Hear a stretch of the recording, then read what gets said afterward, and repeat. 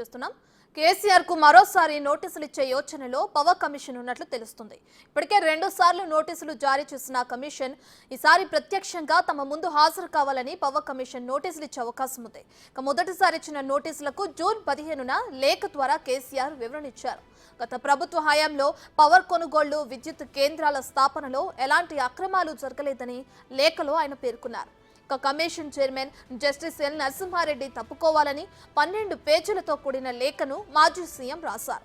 June 19న రెండోసారి ఇచ్చిన నోటీసులపై తెలంగాణ హైకోర్టును కేసీఆర్ ఆశ్రయించారు.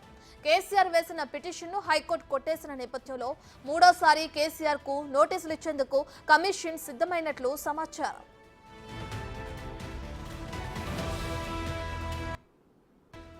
రైట్, ఇదే అంశానికి సంబంధించి మరింత సమాచారాన్ని మా ప్రతినిధి సైదులు ఫోన్లో అందిస్తారు.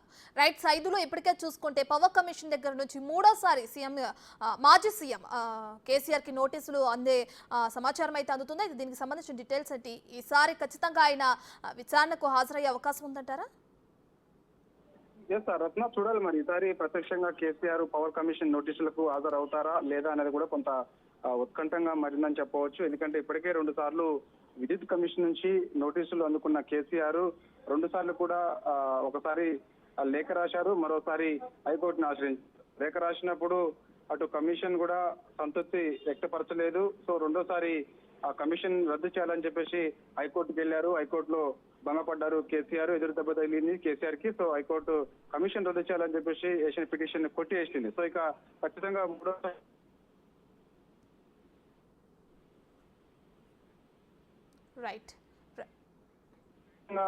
అంటే కొనుగోలు విషయంలో 10 ఏళ్ల పాటు అధికారంలో ఉన్నప్పుడు జరిగిన ఒప్పందం ఏంటి అనేది కూడా ఖచ్చితంగా క్లారిటీ ఇవ్వాల్సిందని చెప్పేసి మూడోసారి కేసీఆర్ కు నోటీసులు ఇచ్చే పనిలో కమిషన్ ఉందని చెప్పవచ్చు. సో ఇక ఎప్పుడు ఇస్తారన్నది కూడా మనకి ఈ రోజు లేదా రేపు కొంత క్లారిటీ వచ్చే అవకాశం అయితే కనిపిస్తుంది. ఇప్పటికే ఈ నెల జూన్ 15న లేఖ ద్వారా ఎవరినిచ్చిన కేసీఆర్, అంటే మొదటిసారి విద్యుత్ కమిషన్ నుంచి నోటీసులు అందుకున్నటువంటి కేసీఆర్ జూన్ 15న లేఖ ద్వారా కమిషన్ ఇచ్చారు. తర్వాత గత ప్రభుత్వ హయాంలో పవర్ కొనుగోలుకు సంబంధించి విద్యుత్ కేంద్రాల స్థాపనలో ఎలాంటి అక్రమాలు జరగలేదని చెప్పేసి కూడా ఆ లేఖలో పేర్కొన్నారు. తర్వాత commission chairman justice L Narasimha Reddy అని తప్పుపడుతూ 12 పేజీల లేఖను కూడా కేసీఆర్ రాశారు. కేసీఆర్ రాసిన తర్వాత హైకోర్టును ఆశ్రయించారు. సో ఇక ఈసారి ఖచ్చితంగా కమిషన్ నుంచి నోటీసులు కాక అందుకుంటే మాత్రం ఖచ్చితంగా కేసీఆర్ హాజరు కావాల్సి ఉంటుంది. సో జరిగిన విషయాలు, అంటే విద్యుత్ కొనుగోలు విషయాలు సంబంధించి ఏం జరిగిందనేది కూడా చెప్పాల్సిన ఉంటుంది. సో ఇక చూడాలి మరి కేసీఆర్ మరి దీనిపై నోటీసులు అందుకున్న తర్వాత తదుపరిగా ఆయన ఏం చేయబోతున్నారనేది కూడా మనకైతే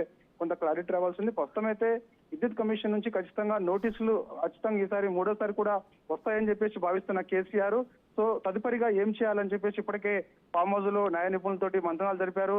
అయితే హైకోర్టులో ఎదురు దెబ్బతిన్నటువంటి కేసీఆర్ కు అవసరమైతే సుప్రీంకోర్టుకి వెళ్ళాలని చెప్పేసి కూడా భావిస్తున్నారు. ఎందుకంటే కమిషన్ చైర్మన్ ఉన్నటువంటి జస్టిస్ ఎల్ నరసింహారెడ్డి ఇటు రేవంత్ రెడ్డి కనుసన్నల్లో పనిచేస్తున్నారని చెప్పేసి ఆయన ఏకపక్షంగా వ్యవహరిస్తున్నారు. ప్రభుత్వం ఏం చెప్తే అది లీకులు ఇచ్చి ఇటు మీడియాలో మాపై తప్పుడు వార్తలు రాపిస్తున్నారని చెప్పేసి కూడా ఆయన ఆరోపణ ఉన్నది. అయితే ఈసారి మాత్రము ఈసారి నోటీసులు అందుకుంటే మాత్రం కేసీఆర్ ఖచ్చితంగా